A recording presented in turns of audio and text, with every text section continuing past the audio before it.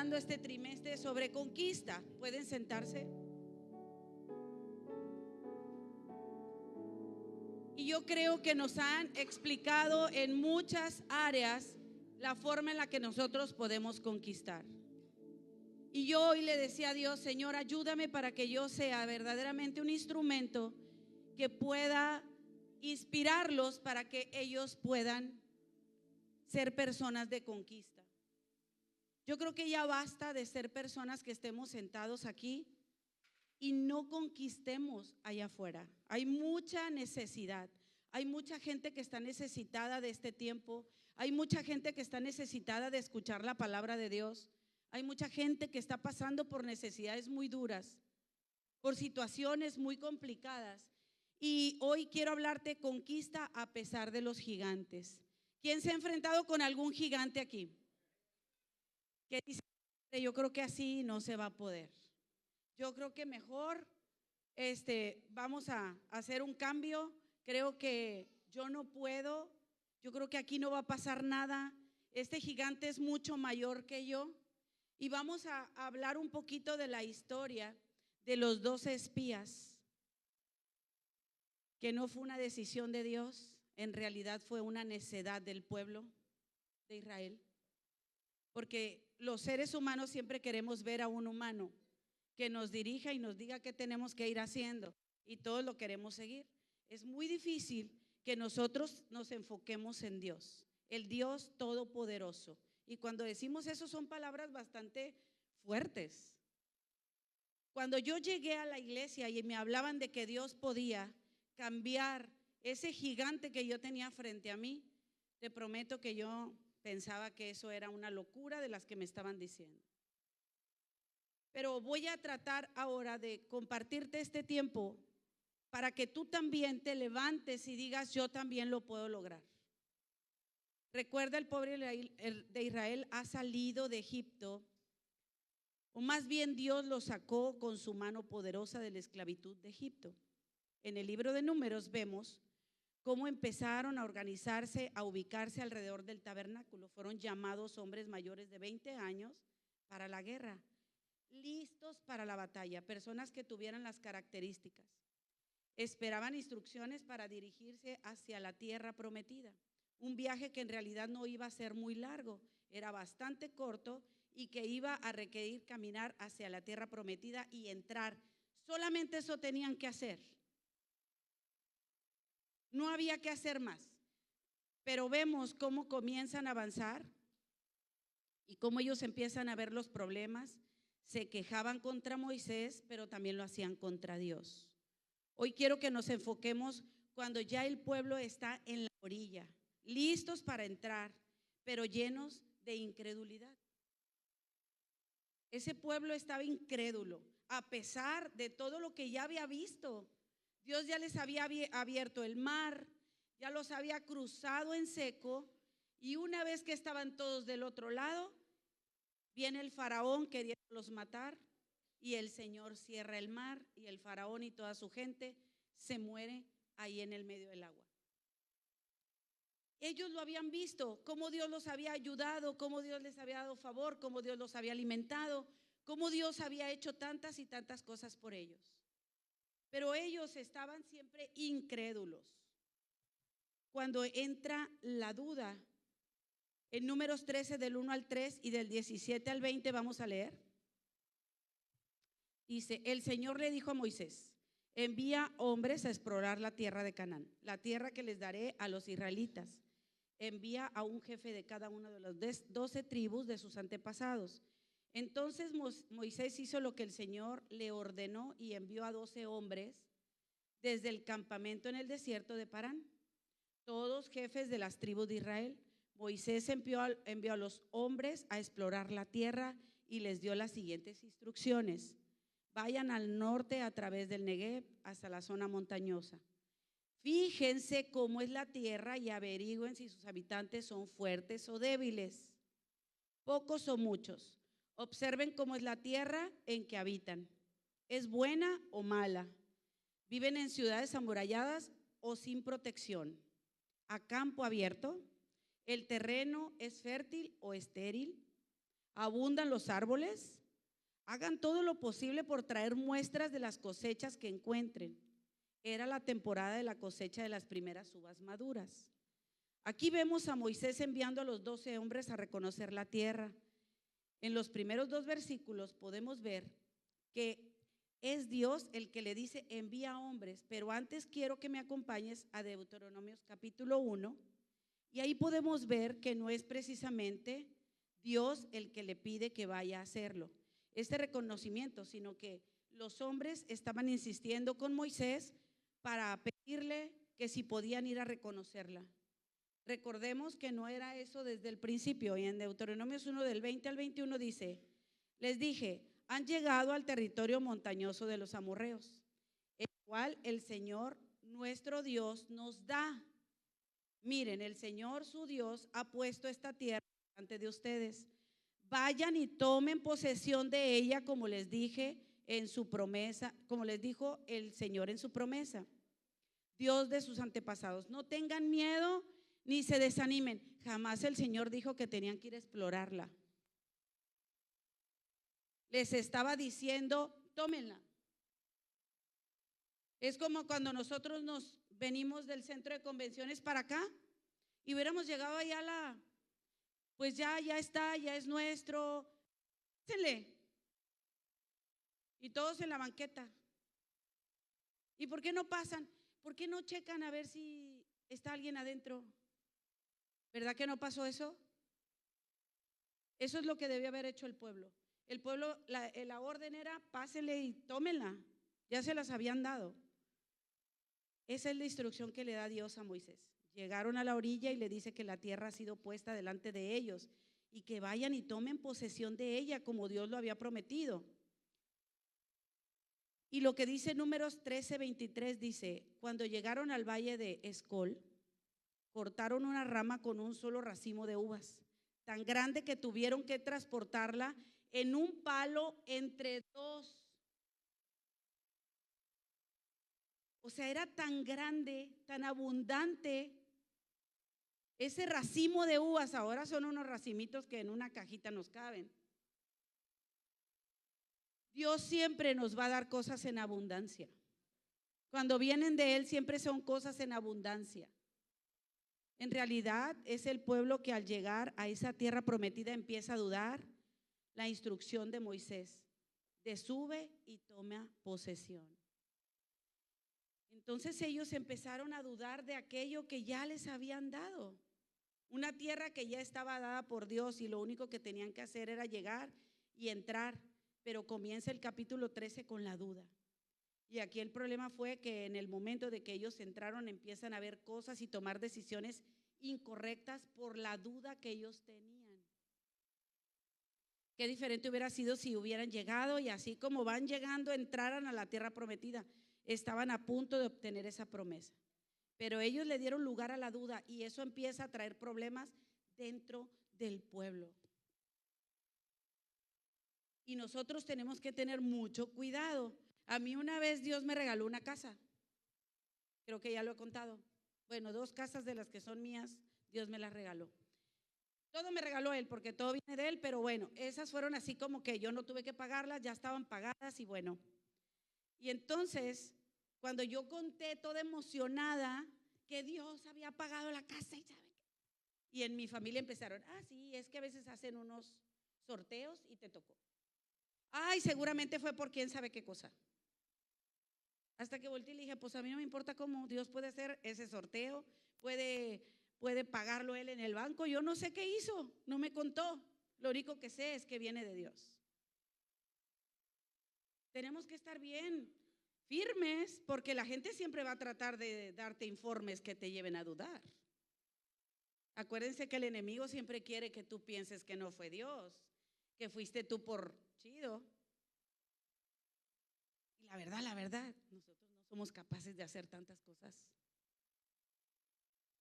Proverbios 3 del 5 al 6 dice, confía en el Señor con todo tu corazón, no dependas de tu propio entendimiento. Busca su voluntad en todo lo que hagas y Él te mostrará cuál camino tomar. Es importante que nosotros estemos conectados y buscándolo y preguntándole todo lo que nosotros tenemos que hacer.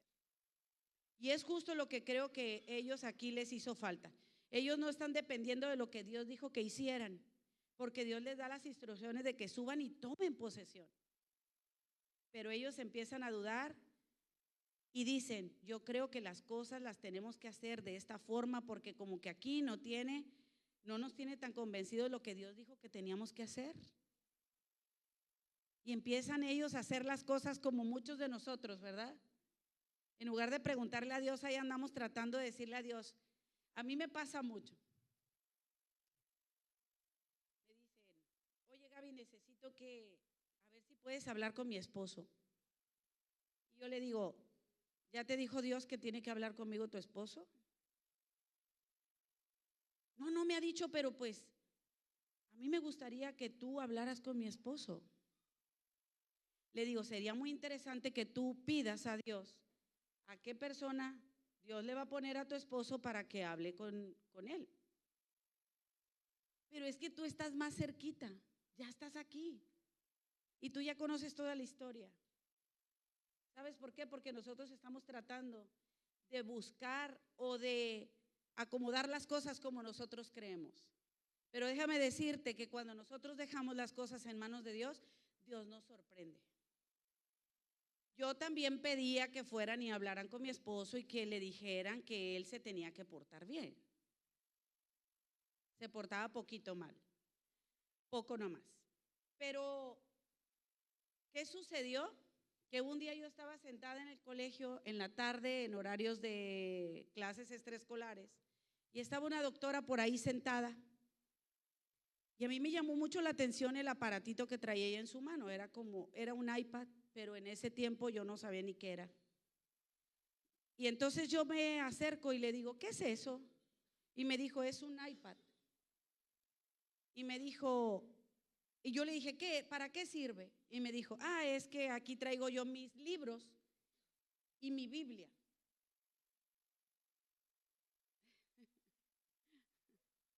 No se preocupe, don Víctor. Entonces dijo, y aquí traigo mis libros y mi Biblia. Entonces yo dije, esta mujer conoce a Cristo. Y yo le dije, ¿es cristiana? Y me dijo, sí. Yo rápido le di informes de quién era yo. Dije, porque me dijo, yo soy médico. Y yo dije, médico, puede hablar con mi esposo. Rápido. Y entonces yo le dije, me encantaría que usted platicara con mi esposo. Yo soy esposa del doctor Nevares. ¿Es en serio? Me dijo. Y yo, porque le dije, yo también soy cristiana. Rápido, yo luego platicaba mi triste historia. Entonces le dije, yo tengo un matrimonio horrible y yo le conté rápido como 5 minutos. Y entonces me dijo ella, qué interesante es Dios. Mi esposo tiene como un mes diciéndome que el doctor, cada vez que él está de guardia, el doctor llega al hospital en la noche y le dice, pues vengo por mi reacción bíblica, y se sienta. ¿Saben qué, corazones? No, Dios no nos necesita para nada. Dios no necesita nuestras estrategias. Él sabe cómo hacerle. Él sabe cómo va a hacerle para responder a las oraciones que tú estás haciendo en tu casa. Dios no necesita nuestra ayuda porque somos tan limitados. Pero Él no tiene límites. Yo me quedé como, ¿cómo? Y dijo, sí, es muy polémico. Le hace preguntas muy complicadas a mi esposo. Y mi esposo está estudiando porque dice, hoy me toca la guardia, hoy va a llegar el doctor Nevares a preguntarme sobre la Biblia. ¿Sabes qué? Dios estaba haciendo su trabajo sin que yo me diera cuenta. Dios no me necesitaba a mí para nada. Y algo que yo aprendí es, quítate del medio. Así es que les digo a ustedes, quítense del medio. Porque a veces queremos, yo le voy a decir a Dios cómo, porque yo lo conozco más. No te preocupes, Dios sabe cómo hacerle. Pero como el pueblo no estaba convencido y no estaba creyendo en esa palabra, entonces Moisés en Números 13, del 23 al 24 dice, cuando llegaron al valle de Escol, cortaron una rama con un solo racimo de uvas tan grande que tuvieron que transportarlo con un palo, entre dos. También llevaron muestras de granadas e higos. A ese lugar se le llamó el Valle de Escol, que significa racimo, por el racimo de uvas que los israelitas cortaron allí. Después de explorar la tierra durante 40 días, los hombres regresaron.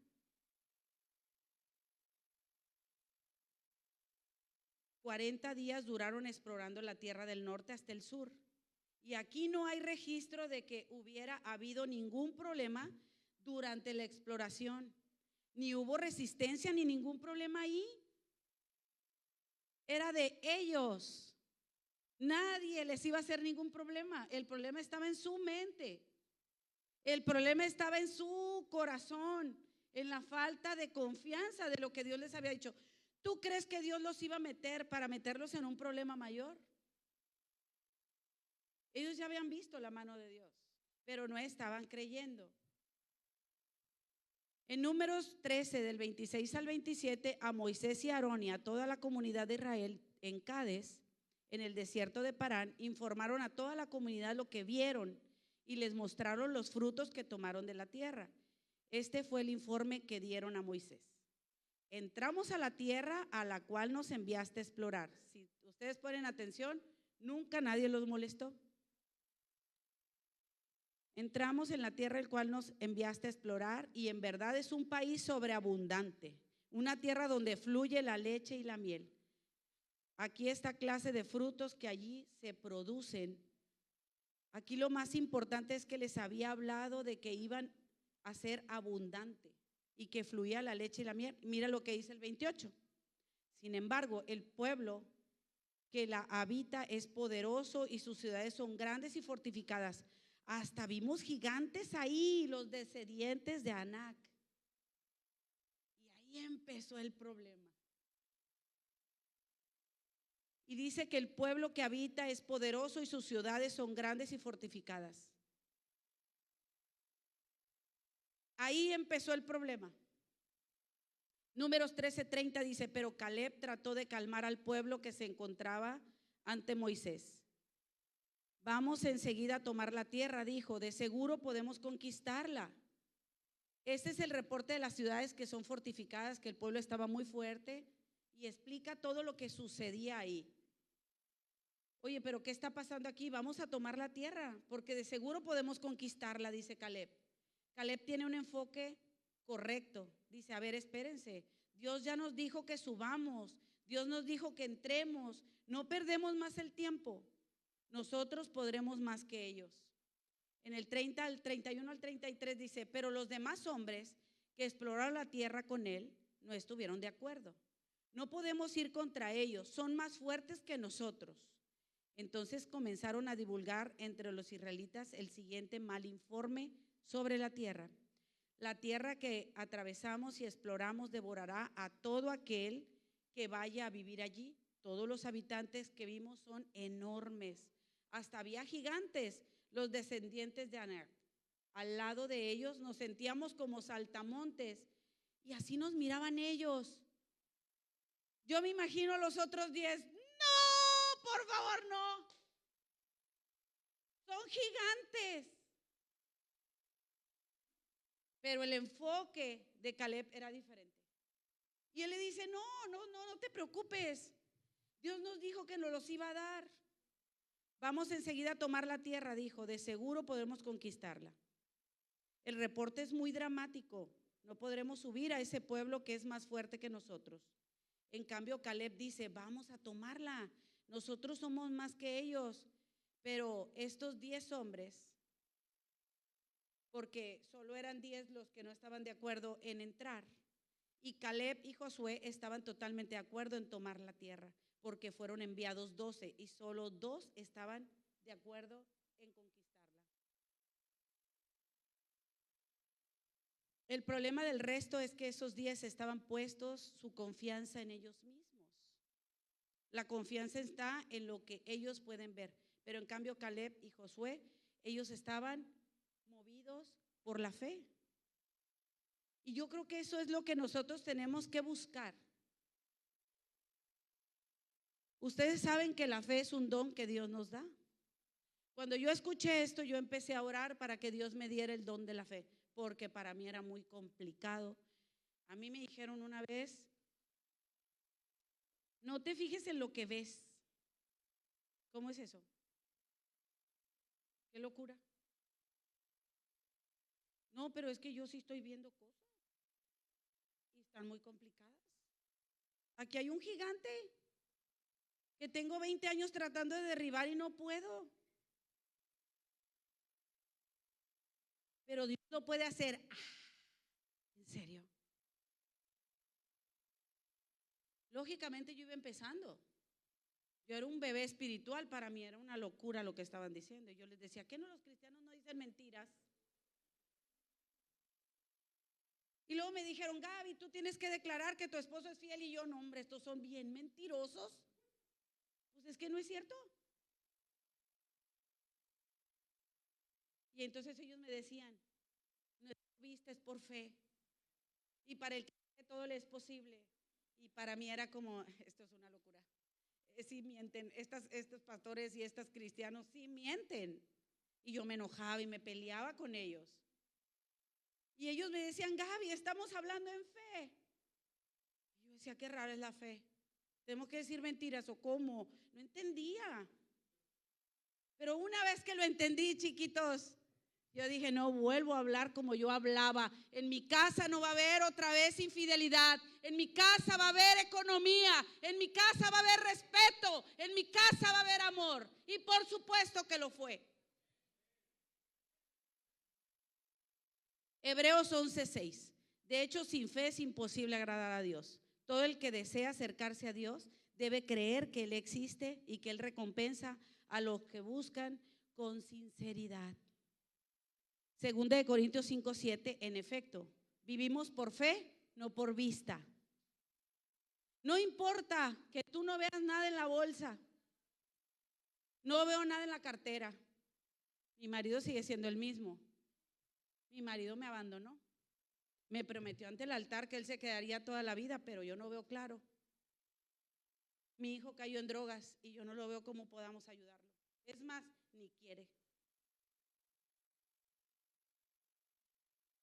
Mi esposa no quiere venir a la iglesia.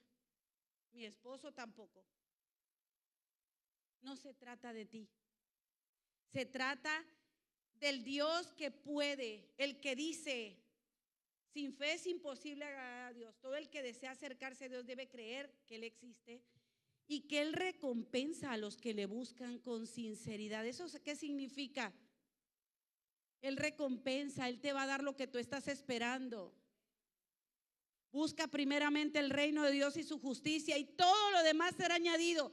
Yo cuando escuché esa palabra de todo, todo para mí es todo. No me importa cuántas amantes estaban en el medio. A mí me dijeron que Dios era más grande que ellas y fue más grande que ellas. Juan 11:40. ¿No te dije que si crees verás la gloria de Dios? Le contestó Jesús.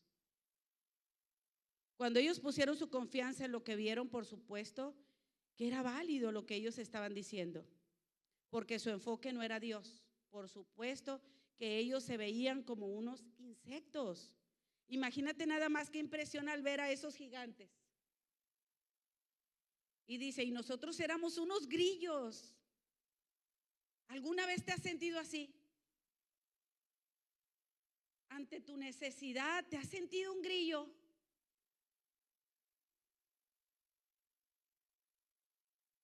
A lo mejor nos podemos sentir como grillos, pero salimos como unos gigantes, tratando de mostrarle al mundo, yo no tengo miedo. No, yo no me siento así. Josué y Caleb, ellos andaban en fe y ¿sabes lo que Dios les había prometido? Que les daría la tierra donde fluye leche y miel. Pero los otros 10 dudaron. Después de la duda viene el desánimo y tenemos que tener mucho cuidado con eso. Una vez, ya ven que yo les he contado que yo fui como a 9 psicólogas, o sea que ellas estaban encantadas conmigo y ninguna me sacaba del hoyo. Ese doctor se portó súper guau, ¿eh? Y entonces fui con una que me súper recomendaron y ella me dijo, Gaby, siéntate en el piso. Y yo era bien obediente y me senté en el piso. Y entonces me dijo, ¿tu esposo está sentado en este sillón? Y esas mujeres están sentadas en la otra silla. El problema es que tú estás en el piso y él no te puede ver. No, hombre, yo salí queriéndole cortar la cabeza. Yo dije, ¿dónde está para matarlo? Claro que me salí pensando que yo era un grillo. Pero ¿qué pasó después cuando llego a la iglesia y me empiezan a recordar o me empiezan a contar que Dios decía, yo soy el Dios todopoderoso? Si tú crees en mí, yo voy a levantarte. Tú no vas a ser más un grillo, tú vas a ser una hija de Dios. Así es que si tú lo crees, tú puedes ser un hijo de Dios. Tú puedes ser todopoderoso por el poder de Él, no por el tuyo. Tú puedes conquistar, tú puedes traer gente que está en la misma circunstancia que tú. Porque sabes que lo único que he entendido es que yo pasé por ese proceso para decirle a la gente, Dios puede con eso.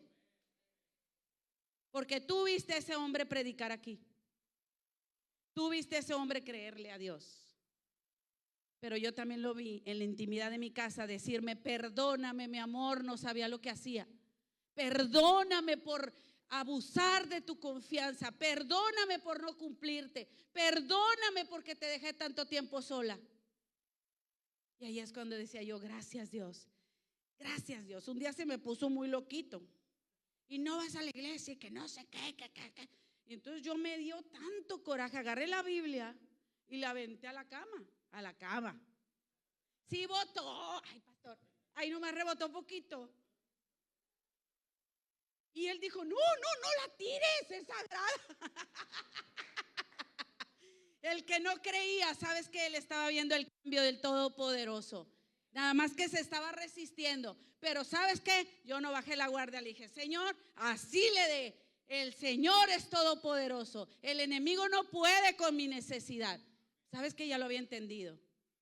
Si tú necesitas ser alguien que conquista a su familia, levántate y deja de estar sentado ahí como... Dice que aquí en el Números 14:1, entonces toda la comunidad empezó a llorar a gritos y así continuó toda la noche. ¿Sabes por qué? Porque estaban dudando. Imagínate nada más esa escena llena de desánimo, porque el reporte que está recibiendo más la incredulidad que había en sus corazones estaba provocando un total desánimo en sus vidas. Muchas veces tú y yo hemos pasado por esas situaciones tan grandes que nos hacen pensar que Dios se ha olvidado de nosotros. Y decimos, esto es tan grande que yo no voy a poder con esto.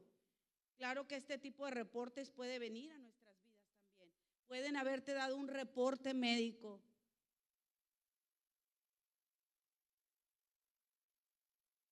Por supuesto que sí.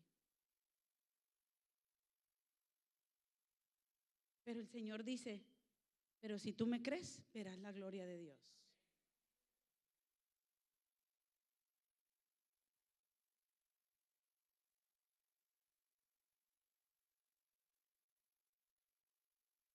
¿Cuáles son las promesas de Dios para recordar que Dios es poderoso?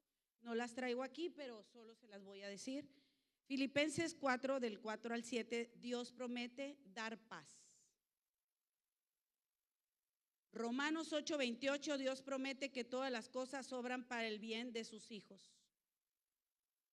Isaías 40:31, Dios promete que los que esperan en Él serán renovadas sus fuerzas. Nahum 1:7, Dios promete ser el refugio en tiempos difíciles. Y muchas otras promesas. Son más de 3,000 promesas escritas en esta Biblia. Y ustedes necesitan creer. A mí me encanta escuchar a nuestro pastor cuando dice, un día me dijo, pero de aquí nos vamos a ir muy pronto. Yo dije, el pastor es bien atrevido. ¿Sabes qué? Un día nos vamos a ir a un lugar mayor. Por eso es importante con quién te juntas. ¿A quién escuchamos? ¿Gente que siempre está hablando en derrota? ¿O gente que te ayuda a creer y levantarte y tomar las promesas como tuyas? Pero si tú sigues creyendo que tú vas a seguir viviendo así, vas a seguir viviendo así. Pero si tú le crees al Todopoderoso, Dios va a levantarte.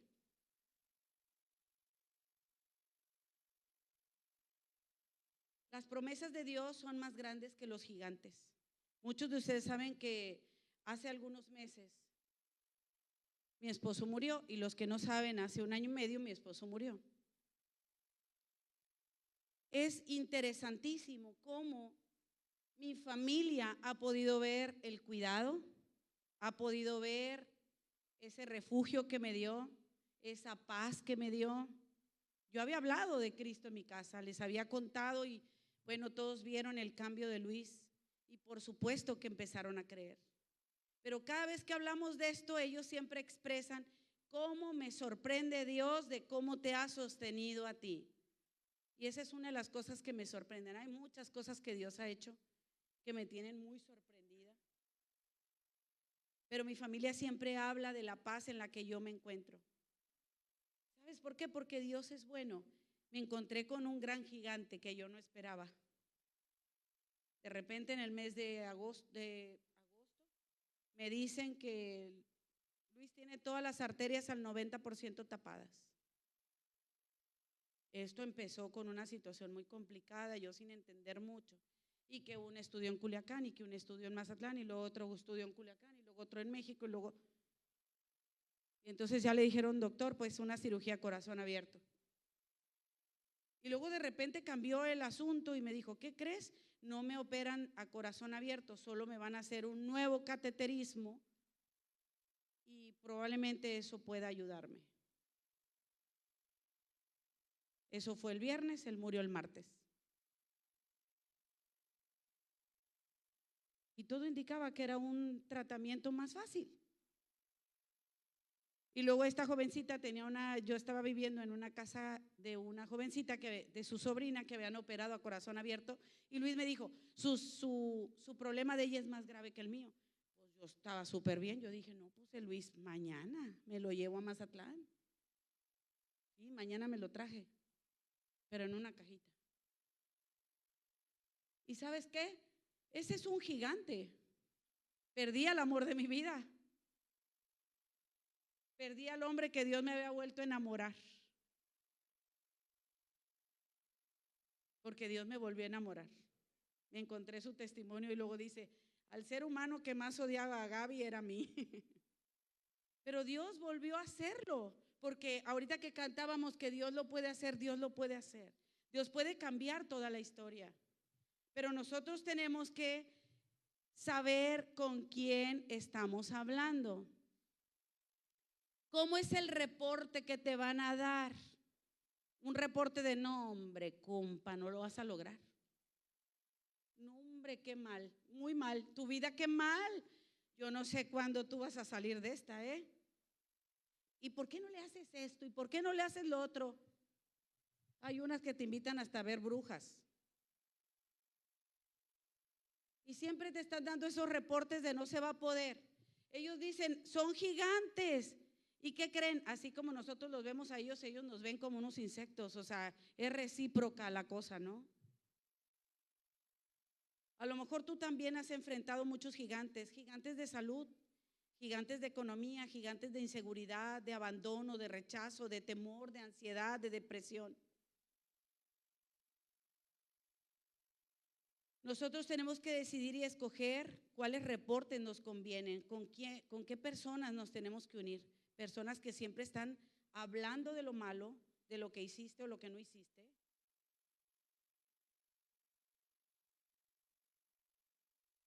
Pero yo te invito a conquistar a esos gigantes. ¿Y cómo lo vas a hacer? Con Dios de tu mano, uniéndote con Él, conociendo lo que Él dice en su palabra para que tú sepas cómo lo tienes que hacer. Porque si Dios a ti te dice espera, espera. Y si Dios te dice haz esto, haz esto. Pero va a venir de Él. Él es el que va a dar la estrategia. O te va a decir tranquilo, nosotros no podremos subir, nosotros somos unas langostas a su lado. Cuando llega el reporte de esa magnitud, es lo que ves, sino el asunto es en quién estás confiando. Y es bueno recordar lo que la palabra nos dice, que Jesucristo puede mover montañas. Mateo 17:20, ustedes no tienen la fe suficiente, les dijo Jesús. Les digo la verdad, si tuvieran fe, aunque fuera tan pequeña como una semilla de mostaza, podrían decirle a esa montaña, muévete de aquí hasta allá, y la montaña se moverá. Nada sería imposible. Y lo que nos pide, ¿ustedes han visto el tamaño de un grano de mostaza? Es chiquititito. Josué, ¿me puedes ayudar? Es chiquititito. Se refiere a la idea de que una fe pequeña puede ser suficiente para lograr grandes cosas. Pero muchas veces el mayor problema que nosotros tenemos es que creemos que Dios puede mover esas montañas. Creemos que Dios no nos puede ayudar. Nosotros podemos seguir viendo el problema, pero es muy importante cómo nosotros lo vemos. Pero el poder está que sepamos que Dios nos puede ayudar y cómo nos puede ayudar. Aquí está la clave, creyendo que Él puede y dejarle a Él en manos de Él todo.